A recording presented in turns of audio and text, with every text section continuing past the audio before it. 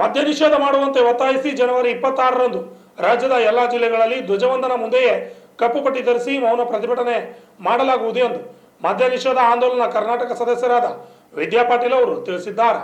ಕಲಬುರಗಿ ನಗರದ ಪತ್ರಿಕಾ ಭವನದಲ್ಲಿ ಆಯೋಜನೆ ಮಾಡಿರುವ ಸುದ್ದಿಗೋಷ್ಠಿಯಲ್ಲಿ ಮಾತನಾಡಿದ ಅವರು, ಮದ್ಯ ನಿಷೇಧ ಆಂದೋಲನವು ಕಳೆದ 10 ವರ್ಷಗಳಿಂದ ರಾಜ್ಯದಲ್ಲಿ ಮದ್ಯ ನಿಷೇಧ ಮಾಡಿ ಎಂದು ಸರ್ಕಾರಗಳನ್ನು ಒತ್ತಾಯಿಸುತ್ತಲೇ ಬರುತ್ತಿವೆ. ಈ ವಿಷಯಕ್ಕೆ ಸಂಬಂಧಿಸಿದಂತೆ 2 ಬೇಡಿಕೆಗಳನ್ನು ಮುಂದಿಟ್ಟು ಬೆಂಗಳೂರಿನಲ್ಲಿ ರಾಜ್ಯದ ಎಲ್ಲ ಜಿಲ್ಲೆಗಳಿಂದ ಸುಮಾರು 8,000 ಮಹಿಳೆಯರು ಸೇರಿ ಬೃಹತ್ ಪ್ರತಿಭಟನೆ ಮಾಡಲಾಗಿದೆ. ಆದರೂ ರಾಜ್ಯ ಸರ್ಕಾರ ಯಾವುದೇ ಕ್ರಮ ಕೈಗೊಂಡಿಲ್ಲ. ನಾವು ನಡೆಸಿದ ಹೋರಾಟಕ್ಕೆ ಸರ್ಕಾರ ಸ್ಪಂದಿಸದೆ ಇರುವ ಕಾರಣಕ್ಕೆ ಜನವರಿ 26ರಂದು ರಾಜ್ಯದ ಎಲ್ಲ ಜಿಲ್ಲೆಗಳಲ್ಲಿ ಧ್ವಜವಂದನ ಮುಂದೆಯೇ ಕಪ್ಪು ಪಟ್ಟಿ ಧರಿಸಿ ಮೌನ ಪ್ರತಿಭಟನೆ ಮಾಡಲಾಗುವುದು ಎಂದು ತಿಳಿಸಿದರು. ಚಾಲು ಮಾಡಿದ್ವಿ. ಕಳೆದ 10 ವರ್ಷದಿಂದ ನಾವು ನಿರಂತರವಾಗಿ ಮಾಡ್ತಾ ಬರ್ತಾ ಇದ್ದೀವಿ. ಆದರೆ ಎಲ್ಲ ಸರ್ಕಾರಗಳಿದ್ದಾಗ ಯಾವ ಸರ್ಕಾರ ಆಡಳಿತದಲ್ಲಿತ್ತು ಕಳೆದ 10 ವರ್ಷದಲ್ಲಿ ಎಲ್ಲ ಆಡಳಿತ ಪಕ್ಷಗಳನ್ನು ಕೂಡ ನಾವು ಈ ಒಂದು ವಿಷಯವನ್ನು ಮುಂದಿಟ್ಕೊಂಡು ನಾವು ಹೋರಾಟಗಳನ್ನು ನಡೆಸ್ತಾ ಬರ್ತಾ ಇದ್ದೀವಿ. ಸರ್ಕಾರಗಳು ಇದಕ್ಕೆ ಗಮನ ಕೊಡಲಿಲ್ಲ. ನಾವು 2019ರಲ್ಲಿ ಪಾದಯಾತ್ರೆಯನ್ನು ಕೂಡ ಮಾಡಿ ಸುಮಾರು 4,000 ಮಹಿಳೆಯರು ಚಿತ್ರದುರ್ಗದಿಂದ ಬೆಂಗಳೂರುವರೆಗೆ ಹೋಗಿ ಅಲ್ಲಿ ಆವಾಗ ಇರ್ತಕ್ಕಂಥ ಮುಖ್ಯಮಂತ್ರಿಗಳು ಕುಮಾರಸ್ವಾಮಿ ಅವರಿದ್ದರು. ಅವ್ರಿಗೂ ಕೂಡ ನಾವು ಕೇಳಿದಾಗ ಅವರು ಕೂಡ ಯಾವುದೇ ಒಂದು ಸರಿಯಾದ ಒಂದು ಸ್ಪಂದನೆಯನ್ನು ಈ ವಿಷಯದಲ್ಲಿ ಮಾಡಲಿಲ್ಲ. ಆದರೆ ನಮ್ಮ ಹೋರಾಟಗಳು ನಿಂತಿಲ್ಲ. ನಿರಂತರವಾಗಿ ನಾವು 71 ದಿನ ಹೋರಾಟ ಮಾಡಿದ್ದೀವಿ. ಕೂಡಲ ಸಂಗಮದಲ್ಲಿ ಜಲ ಸತ್ಯಾಗ್ರಹವನ್ನು ಕೂಡ ಮಾಡಿದ್ದೀವಿ. ಈ ಥರ ಹೋರಾಟಗಳನ್ನು ನಾವು ನಡೆಸ್ತಾ ಬಂದರೂ ಕೂಡ ಸರ್ಕಾರಗಳು ಗಮನಿಸಲಿಲ್ಲ. ನಾವು ಕೋರ್ಟ್ಗೆ ಅಪೀಲ್ ಮಾಡಿದ್ವಿ 2019ರಲ್ಲಿ ನಮ್ಮ ಪಾದಯಾತ್ರೆ ಮುಗಿದಾದ್ಮೇಲೆ. ಆವಾಗ ಕೋರ್ಟ್ ಒಂದು ನಿರ್ದೇಶನವನ್ನು ಸರ್ಕಾರಕ್ಕೆ ಕೊಟ್ಟು ಏನಂತಂದ್ರೆ ಮಹಿಳೆಯರು ಅಕ್ರಮವಾಗಿ ಏನು ಈ ಮದ್ಯ ಮಾರಾಟವನ್ನು ನಿಲ್ಲಿಸಬೇಕು ಅಂತ ಕೇಳ್ತಾ ಇದ್ದಾರೆ. ಇದನ್ನು ತಕ್ಷಣ ಸರ್ಕಾರಗಳು ನಿಲ್ಲಿಸಬೇಕು ಅಂತಕ್ಕಂಥ ಒಂದು ನಿರ್ದೇಶನವನ್ನು ಆಗಿರ್ತಕ್ಕಂಥ ಸರ್ಕಾರಕ್ಕೆ ಕೊಟ್ಟಾಗ ಆ ಒಂದು ವಿಷಯದ ಮೇಲೆ ಕೂಡ ಸರ್ಕಾರ ಗಮನಿಸಲಿಲ್ಲ. ನಾವು ಪ್ರತಿ ಹಳ್ಳಿಯಲ್ಲಿ ಎಲ್ಲೆಲ್ಲಿ ಯಾರ್ಯಾರ ಮನೆಯಲ್ಲಿ ಇಟ್ಟು ಮಾರ್ತಾರ, ಡಬ್ಬಿಗಳಲ್ಲಿ, ಹೋಟೆಲ್ಗಳಲ್ಲಿ, ಸಣ್ಣ ಪುಟ್ಟ ಅಂಗಡಿಗಳಲ್ಲಿ ಮಾರಾಟ ಮಾಡ್ತಾಯಿದ್ದಾರೆ ಅನ್ನೋದು ಕೂಡ ನಾವು ಸರ್ಕಾರಕ್ಕೆ ಲಿಸ್ಟ್ ಸಮೇತ ಹೆಸರು ಸಮೇತ ನಾವು ಲಿಸ್ಟ್ ಕೊಟ್ಟರು. ಸರ್ಕಾರ ಇದನ್ನು ಗಮನಿಸಲಿಲ್ಲ ಕಾರಣ ನಾವು ಅಲ್ಲಲ್ಲಿ ಮತ್ತು ಪಂಚಾಯಿತಿ ಮಟ್ಟದಲ್ಲಿ ಹೋರಾಟಗಳನ್ನು ಮಾಡ್ತಾ ಇದನ್ನು ಗಮನ ಸೆಳೆದಿದ್ರು ಕೂಡ ಏನೂ ಆಗಲಿಲ್ಲ.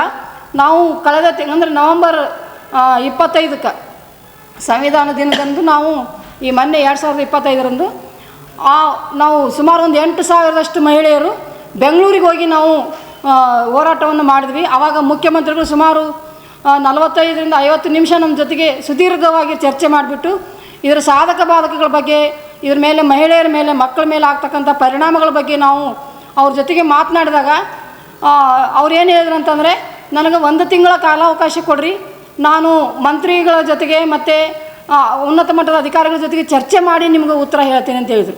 ಆದರೆ ನಮಗೆ ಈವರೆಗೂ ಅವ್ರದ್ದು ಯಾವುದೇ ಉತ್ತರ ಬಂದಿಲ್ಲ. ಅಂತಂದರೆ ಅವರಿಗೆ ಮಹಿಳೆಯರು ಮತ್ತು ಈ ಸಮಾಜದ ಸ್ವಾಸ್ಥ್ಯವನ್ನು ಕಾಪಾಡೋದಕ್ಕಿಂತ ಅವರಿಗೆ ಬರ್ತಕ್ಕಂಥ ಆದಾಯದ ಮೇಲೆ ಅವರಿಗೆ ಹೆಚ್ಚು ಇದು ಐತೆ ಅನ್ನೋದನ್ನು ಇಟ್ಕೊಂಡು ನಮಗೆ ಮೇಲ್ನೋಟಕ್ಕೆ ಕಾಣಿಸ್ತದೆ.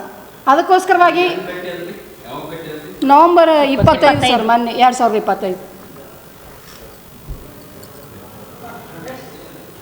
ಈ ಮುಂದೆ ನಾವೇನು ನಿಲುವು ತಗೊಂತೀವಿ ಅನ್ನೋದನ್ನು ಈ ಒಂದು ನಮಗೆ ಸರ್ಕಾರ ಇನ್ನು ನಮ್ಮನ್ನ ಏನು ನಿರ್ಲಕ್ಷ್ಯ ಧೋರಣೆಯನ್ನು ತಾಳಿದ್ದಕ್ಕಾಗಿ ಮುಂದೆ ನಮ್ಮದು ಹೋರಾಟದ ನಿಲುವೇನು, ನಮ್ಮ ಪ್ರಮುಖ ಬೇಡಿಕೆಗಳು ಏನು ಅನ್ನೋದನ್ನು ಈಗ ವೀರಪ್ಪಮ್ಮ ಅವರು ಹೇಳ್ತಿದ್ದಾರೆ.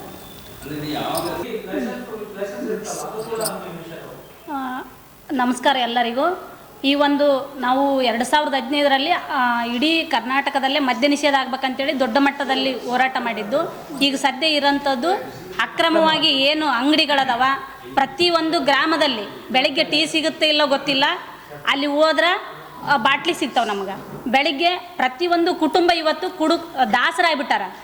ಪ್ರತಿಯೊಂದು ಕುಟುಂಬ ಇವತ್ತು ಮಕ್ಕಳು ಕಳ್ಕೊಂಡಾರ, ಬೀದಿಗೆ ಬಿದ್ದಾರ. ಹಂಗಾಗಿ ನಾವು ನಮ್ಮ ಏನು ಗ್ರಾಮ ಪಂಚಾಯತ್ ವ್ಯಾಪ್ತಿಯಲ್ಲಿ ಬರೋಂಥ ಹಳ್ಳಿಗಳಲ್ಲಿ ಏನದವ ಅಕ್ರಮವಾಗಿ ಏನು ದಿನಸಿ ಪದಾರ್ಥ ಮಾರಾಟ ಮಾಡೋಕ್ಕೆ ಆ ಒಂದು ಅಂಗಡಿಗಳನ್ನು ಕೊಟ್ರ ಅಲ್ಲಿ ಪ್ರತಿನಿತ್ಯ ನಮಗೆ ಅಕ್ರಮವಾಗಿ ಬಾಟ್ಲಿಗಳು ಮಾರ್ತಾರೆ. ಅದನ್ನು ಮೊದಲನೇದಾಗಿ ತಡೆ ಇಡ್ರಿ ಅಂತೇಳಿ ನಾವು ಸರ್ಕಾರಕ್ಕೆ ಈಗ ಒತ್ತಾಯ ಮಾಡ್ತಾ ಇದ್ದೀವಿ. ಯಾಕಂದ್ರೆ ಬಾರ್ಗಳು ಊರು ಬಿಟ್ಟು ಬೇರೆ ದೂರ ಇತ್ತಂದ್ರೆ ಅಲ್ಲಿಂದ ಕುಡಿದು ಬರತ್ತಿಗೆ ಆಮೇಲೆ ದುಡ್ಡು ಇರ್ಬೇಕು ಅವ್ರ ಕೈಯಾಗ. ದುಡ್ಡು ಇತ್ತಂದ್ರೆ ಹೋಗಿ ಕುಡಿದು ಬರ್ತಾರೆ. ಅವ್ರ ಹತ್ರ ದುಡ್ಡು ಇಲ್ಲ ಅಂದರೂ ಕೂಡ ಹೆಂಡ್ತಿಯರು ಸೀರೆ ಮೊದಲು ಮಾಡಿ ಒತ್ತಿಟ್ಟು ಕುಡಿದು ಬಂದಾರ. ಆಮೇಲೆ ಮನ್ಯಾಗ ಅಕ್ಕಿ, ಬ್ಯಾಳೆ, ಕಾರ್ಪುಡಿ ಅಂಥವನ್ನು ಕೊಟ್ಟು ಅಂಗಡಿಯವರಿಗೆ ಕುಡಿದು ಬಂದು ಬರ್ತಾರೆ. ಹಂಗಾಗಿ ನಾವು ಇವತ್ತು ಹೆಣ್ಮಕ್ಳದು ಈಗ ಸರ್ಕಾರ ಹಲವಾರು ಯೋಜನೆಗಳು ತಂದೈತೆ, ಬಟ್ ಆದಾಯದ ಮೂಲವನ್ನೇ ನೋಡ್ತಾ ಇದ್ದಾರೆ. ನಾವು ಆದಾಯದ ಮೂಲದ ಜೊತೆಗೆ ಹೆಣ್ಣು ಮಕ್ಕಳ ತಾಳಿ ಭಾಗ್ಯ ಉಳಿಸ್ರಿ ಅಂತೇಳಿ ಈ ಸರ್ಕಾರಕ್ಕೆ ನಾವು ಒತ್ತಾಯ ಮಾಡ್ತಾ ಇದ್ದೀವಿ. ಯಾಕಂತಂದ್ರೆ ಇವತ್ತು ಚಿಕ್ಕ ಚಿಕ್ಕ ವಯಸ್ಸು ನೀವು ನೋಡ್ಬೋದು, ಹಳ್ಳಿಗೆ ಹೋಗ್ರಿ, ಸಣ್ಣ ಸಣ್ಣ ವಯಸ್ಸಿನಲ್ಲಿ ವಿಧವೆಯರಾಗ್ಯಾರ ಹೆಣ್ಮಕ್ಳು. ಆಮೇಲೆ ಸಣ್ಣ ಸಣ್ಣ ಮಕ್ಕಳು ತಂದೆನ ಕಳ್ಕೊಂಡಾರ. ಈ ಥರ ಶಿಕ್ಷಣದಿಂದ ವಂಚಿತರಾಗ್ಯಾರ. ಈ ಥರ ಕುಟುಂಬಗಳ ಬೀದಿಗೆ ಬರಬಾರ್ದು ಅಂತೇಳಿ ನಾವು ಮಾನ್ಯ ಮುಖ್ಯಮಂತ್ರಿಗಳ ಜೊತೆ ಚರ್ಚೆ ಆದಾಗ ಅಕ್ರಮ ಮದ್ಯ ಮಾರಾಟದ ಬಗ್ಗೆ ನಾವು ಒಂದು ಸಭೆಯನ್ನು ಕರಿತೀವಿ ಅಂತ ಹೇಳಿದರು. ಅವರು ಆ ಒಂದು ಹೋರಾಟ ಆದಮೇಲೆ ನಮ್ಮದು ಕನಿಷ್ಠ 2 ತಿಂಗಳಾಗುತ್ತೆ. 26ನೇ ತಾರೀಕಿಗೆ ನಮ್ಮದು ಮುಂದಿನ ನಿಲುವೇನಂತಂದ್ರೆ ನಾವು 2 ಬೇಡಿಕೆಗಳಿಟ್ಟಿವಿ.